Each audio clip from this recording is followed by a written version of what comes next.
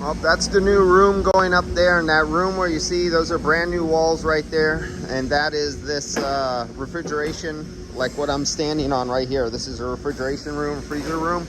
So those are the insulated panels for the walls, and so probably by the end of the day they'll have this wall coming all the way out here. They'll have the wall going across the side, and then we have another one. That's what all these panels over here for the other room, and those panels right there. So right where the edge of this wall floor right here, this is going to continue on forward all the way over to there, and there's going to be an identical room right here that I'm standing on, and 40 tons of cooling are going to go into here. That'll probably be next week, and in about 3 days we'll be in here, and we'll have 40 tons of cooling in here, 40 tons of VFR up on the ceiling up here, and 40 tons of VFR units on the ceiling up on the roof up here.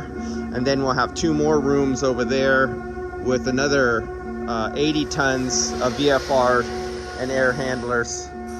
And then I think eventually this other room down here will get done too late, but that's going to be much later. And that's it. It's all coming along.